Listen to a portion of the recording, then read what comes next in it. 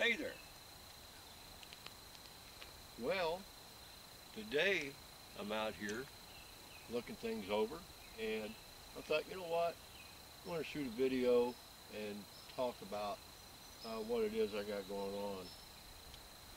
The area, I'm sure, is recognized by some of those who follow. I had dug up some root suckers from out here and planted them out into my fruit garden with the intentions of grafting next year. This mess you see going on right here is a stump to a pawpaw that was there that I cut down, and it created a lot of root suckers. In which, by the way, as most of you know, I like working with root suckers. I do quite a bit of work with root suckers. That being said, I wanted to show how the grafts did. This is a grafted tree, and it took off very well. I grafted that on the 15th of May, and right now we're sitting on the 22nd of July,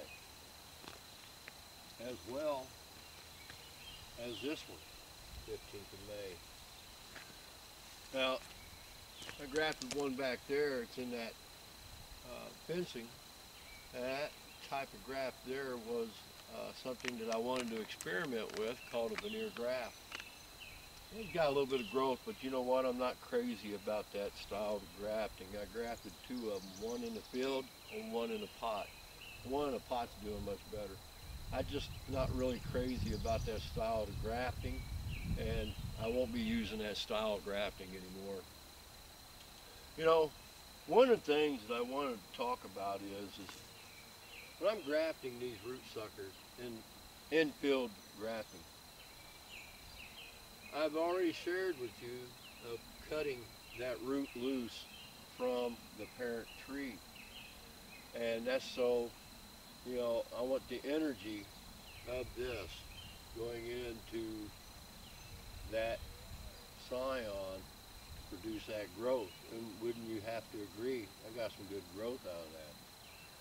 Had I not done that, in my mind, that right there would overcome this, and it would not be as successful in my way of thinking. And I did the same thing with that one there, and boy, I have to tell you, right here to right here, we're talking over 2 foot of growth. Very, very healthy. And one of the things that I have to say is, it's just, I'm really, really pleased at what has happened as far as the grafting that I've done. Try to keep them little tiny suckers cut out of there. I got a little sucker growing way down here. I dug one up there this year, and apparently it shot out a shoot from the leftover root. Shoot, root, wow. Anyways, that was just something that I wanted to share with you folks. I love to share. I love to throw ideas out there. These are ideas that I have of my own. And what's happening is this stump is putting out a colony. And there's a good candidate, there's a good candidate. The thing about it is, these two grafts were overleased. And the one thing that I feel that I have to be careful about where I got my scion. The scion comes from the same establishment, and if I'm grafting those two that I did, chances are a good possibility they came from the same tree as far as the scion would. And if that's the case, those two would not be able to pollinate one another. However, if I allow that one to grow, it'll pollinate. But, once again, an unknown variety. That's going to get grafted. The one that's back there that's grafted, that is a Rigel variety. And next year, I'm going to graft again to that. I'm not happy with that graft. Next year, I'm going to do a bark inlay to that if it's healthy enough. It's got stuff growing off of the root stock that is of the original root stock, and I'm going to go ahead and just let it grow, and then next year I'm going to try and graft into that again. That just goes to show you that just because it wasn't successful doesn't put an end to it. You can continue on with your next plan, and that's my next plan. I'm going to do another graft into that back there next year. You know, I had a couple of fellows that stopped by here last weekend that one of them made contact with me through Facebook. Uh, he was a subscriber on my channel, and he took it upon himself to make a personal contact with me, and we connected and spoke back and forth.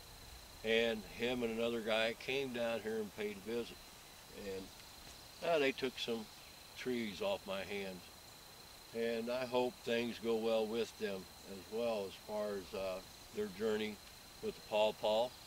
A lot of ideas exchanged, a lot of questions was asked, and I have to say I feel very humbled that some individuals would look at me in the way that they had looked at me.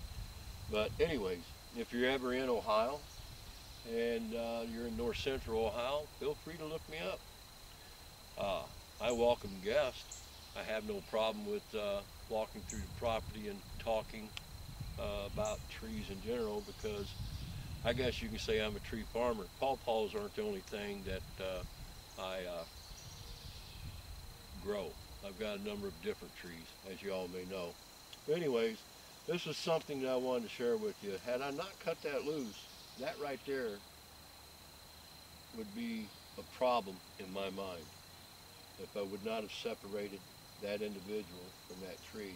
Now I got to come in here and separate that individual from that tree, and back there, that individual from that tree, if I choose to utilize that one. Or I may decide to dig it up and nurse it and put it in a pot and use it as root stock for next year. I don't know. That time will tell what my plans are. But I'm always gotten new ideas as far as these pawpaws. Anyways, Pawpaw Festival's around the corner down in Lake Snowden. I can't wait to get to that. It's just around the corner to go to a family member's house and harvest pawpaw from his orchard. Can't wait for that. Last year I brought home over 100 pounds of pawpaw fruit, and I shared it with friends and family. And this is just something that I wanted to share with you today. Hope to see you all down at the Pawpaw Festival. My name's Jim. If you like what you see, subscribe. Any comments or questions that you may have, I welcome. Y'all have a God bless day.